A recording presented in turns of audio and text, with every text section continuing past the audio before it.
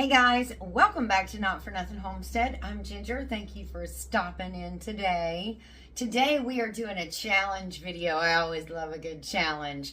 So we were challenged by Lazy Days Ahead with Jesse and Lisa to do a video showing our prepping and homesteading backup library. So we definitely want to accept that. And when I say we, I mean myself. You see me doing this video, Jesse and Lisa. Really, Jesse? You're going to challenge Joe at Joe Fix It for you? This is the man who doesn't even want to read a 4-page leaflet that comes in a box of something you have to put together. Do you really think he's going to read an entire book? No way, Jose. So anyways, I decided to respond on behalf of both of us to this challenge video.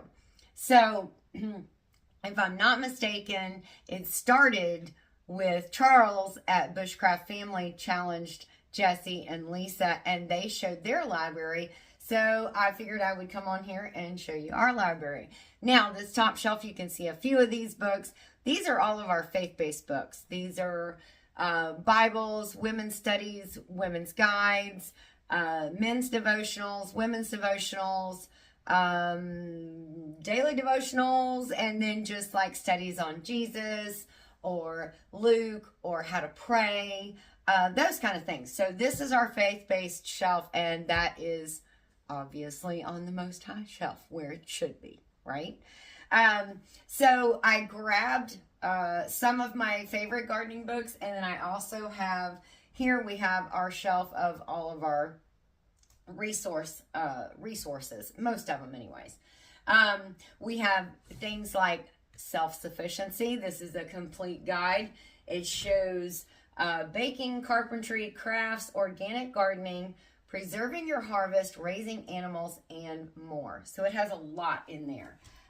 This one's at the front because following that we have some chicken books, starter coops, the little egg book, Glenda, I won this on Glenda with Grace and Fire, the Fresh Eggs Daily Cookbook. This is a very good book.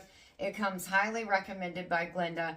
I have read some of the recipes and through some of the beginning, which has some things about chickens. So it is I recommend it as well. Let's see. Then I have a wonderful book that I love that is called Cooking with Scraps. Okay, this is to turn your peels, cores, rinds, and stems into delicious meals. So the things that you would normally discard when you're cooking, you can turn it into a wonderful, healthy meal for you and your family. So this is a great book to have on hand as well. I have some things like mindful eating, grow something different to eat. If you've stopped eating one thing and you want to, if you want to grow your own food in totality, and then you decide, oh, I want to cut out potatoes, and you want to grow something in its place or something different. This is like one of those. Reach outside your box, think outside your box, and this is what you could substitute instead of that. This is a really awesome book. Venison Cookery. Love this book. This is what I got the recipe for my Wild Game November video last year, not this past November, but when Christine, Mrs.GilliamFarms, first did Wild Game November, I pulled the recipe for my video out of this book. So that's an awesome book. Everything Worth Preserving. This is an amazing book as well. This book I featured on Craft and Chat when it first came out, I think. So it's been a while, maybe only almost a year ago. This is a great book on preserving things, your harvest. It has a lot of good tips, tricks, points in there. This is an awesome book to have. Let's see. I have a little tiny book in here, A Year Without the Grocery Store. So this is an awesome book You could make this your New Year's resolution or your New Year's challenge. It just teaches you how to shop and preserve for forward thinking and plan all that so that you can go a year without the grocery store. This is awesome. Check this one out. Let's see, what else do I have here? Carnivore. Let's see. Grow your own spices. Now, these are different spices than what you and I would normally think to grow. You know, thyme, oregano, basil. We grow all those things. Lemon balm, all that. This is how to grow. Harvest homegrown ginger, turmeric, saffron, wasabi, vanilla, cardamom, and other incredible spices. So this book is awesome as well. Okay, now we're going to get into some of my favorite gardening books, okay? Carrots Love Tomatoes. This is an awesome, well-loved book. This book is packed with information of what plants, when planted together, they flourish. They complement each other.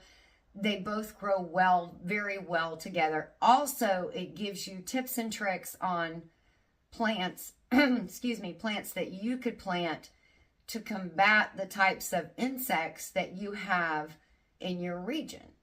And those are challenges every gardener has. Insects are like a constant fight and battle. This book is very good to help you with that as well. Edible Wild Plants. Love this one. If you love to forage, this is a really good book. Natural and Herbal Remedies. So this is very helpful. Home Remedies. Another very helpful. Another Ollie's pick. That's a good one. Easy Garden Projects. I like this one. It's pretty cool. It's got 200 project ideas in it of different things that you could do. If you're looking to, you know, spice up your garden or do something different this year, this is a great little book for ideas. Seed to Seed.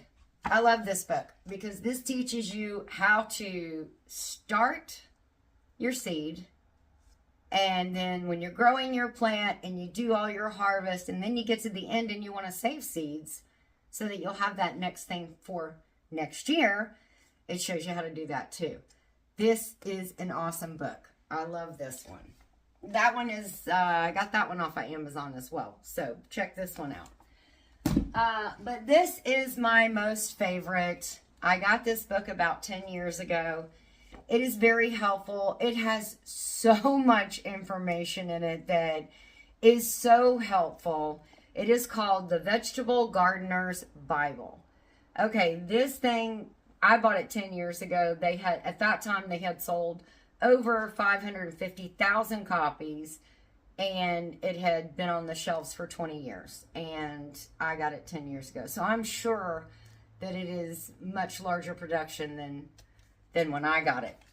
It has all kinds of vegetables in it, all kinds of information from your soil to your region to when you're going to water, how you water. I mean, I just can't even go over how much this thing, how helpful this has been. When you struggle for a year or two with a garden, and then you go, you know what, I know I might need to buy a book or two to help me out. This is the one I would suggest. Or just, cut through all of that bull and you can get yourself this book and save you some heartache. So, that is, we have a lot more than just these. But that is basically the tip of the iceberg. Some of our favorites I wanted to show you and feature.